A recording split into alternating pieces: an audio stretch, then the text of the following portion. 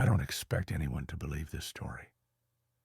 I wouldn't believe it myself if I hadn't lived it, if I hadn't run my hands along the gouges in the bark, if I hadn't woken up with splinters in my arms and blood on my boots. But there's something in those woods, something that doesn't belong to nature or nightmare, something wearing bones like armor. And it watches people like me, people who don't know when to turn back. My name's Derek. I grew up in Oregon, in a small logging town called Mount Grove, the kind of place where the trees outnumber the people 10 to 1 and the mist never fully lifts.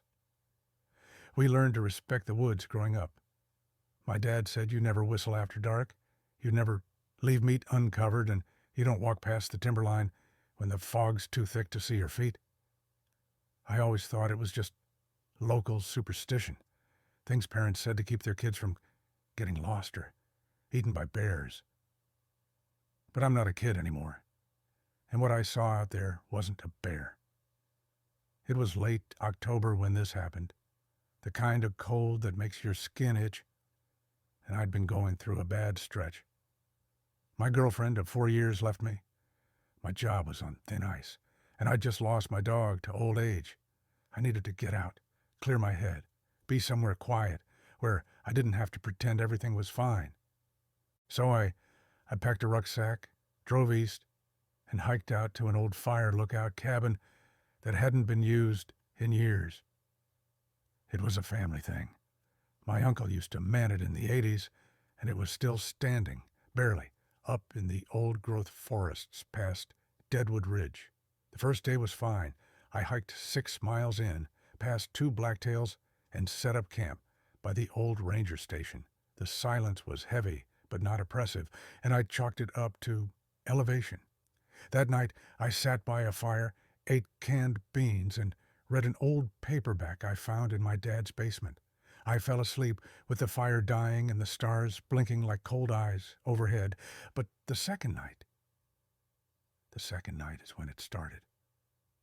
I'd spent the day following an old game trail through a dry creek bed, hoping to get some good wildlife shots on my camera. I found tracks I couldn't explain, too large for a deer, too narrow for elk, and the spacing was weird, like something tall and narrow had walked upright but still pressed hooves into the dirt. I followed the trail until the sun dipped behind the ridge and turned everything blue and gray, then decided to head back. That's when I first saw it. At first, I thought it was a tree, just a pale bone-white shape standing still among the trunks, but then it shifted, not walked, not moved, shifted like a shadow detaching from another. It had a skull for a head, antlers like withered branches, and arms too long for its frame. It watched me, not with eyes. I don't think it had any, but with this pressure, like it was in my thoughts, like it was already behind me and in front of me at the same time. I turned and walked fast, not running, not yet, just fast enough to say I wasn't panicking. But the woods were wrong. The trail didn't look familiar. Trees leaned closer, the moss hung lower. At one point, I swear I passed the same tree twice, a gnarled cedar with a hollow in its side. The sun was gone and the fog crept in fast, thick like milk. My flashlight barely cut through it. That's when I started hearing the crunching, not twigs snapping like in movies. This was slower, measured, like something with weight was stalking behind me. I turned the light and caught movement, something pale ducking behind a trunk. I shouted, "I'm armed!" I wasn't, just a knife and bear spray. The crunching stopped. Then, ahead of me, it started again. It was circling. I started running. I don't remember the last stretch, just branches whipping my face, the cold in my throat, and the overwhelming sense that I was being herded, not chased. Herded. I burst out onto the clearing where the old tower stood and slammed the cabin door shut behind me. The next few hours were a blur of pacing, peeking through windows and trying to call for help. No bars, no signal. The radio was dead. Around midnight, I heard tapping on the glass. Not banging, just light, deliberate tapping. Like claws. I didn't check. I knew it was there. I just sat in the dark, knife in hand, breathing shallow, heart pounding so hard, I thought I'd pass out. The tapping stopped after a while, but the silence that followed was worse, like the woods were holding their breath. When I finally fell asleep, it was with one eye open, facing the door, every muscle tight. At some point during the night, I woke up to a strange sound, like bone against metal. I looked up. The latch on the cabin door was turning, not forced, turned, slowly. I leapt up and jammed the cot against it, holding it shut with my shoulder. The latch stopped, then nothing. No footsteps, no retreating sounds. Just silence. I waited like that until dawn. When I finally opened the door, nothing was there. No footprints, no damage. Just the smell of something rotten on the wind. That was 3 days ago.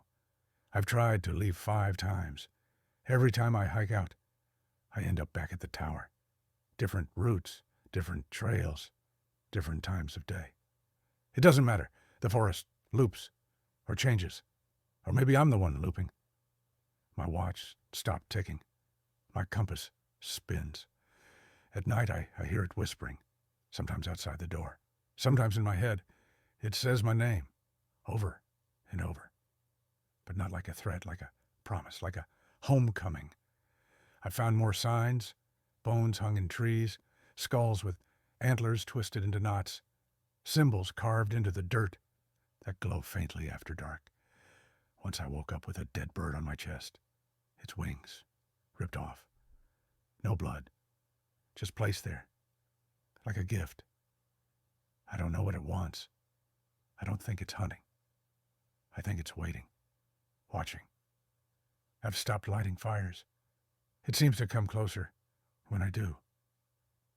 I sit in the cold now, writing this by the pale morning light that slips between the branches. I haven't seen the sun in 2 days.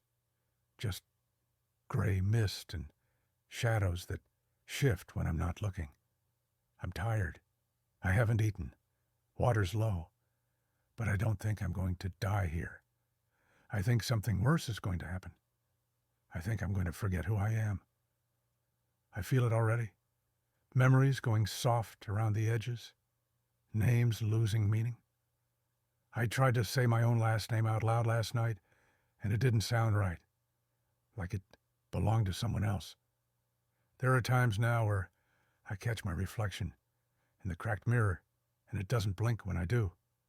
It just stares. Antlers behind my shoulders. Eyes like hollow moons.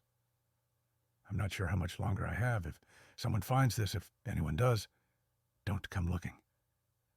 Don't follow the trail past Deadwood Ridge. Don't chase shadows through the fog, because it waits. It watches. And once it chooses you, it starts to shape you into something like it. Something that walks on 2 legs but shouldn't. Something that remembers your name better than you do. I think I see it now. Just beyond the trees, standing tall, bone white, antlers scraping the low branches. It's waiting for me to blink.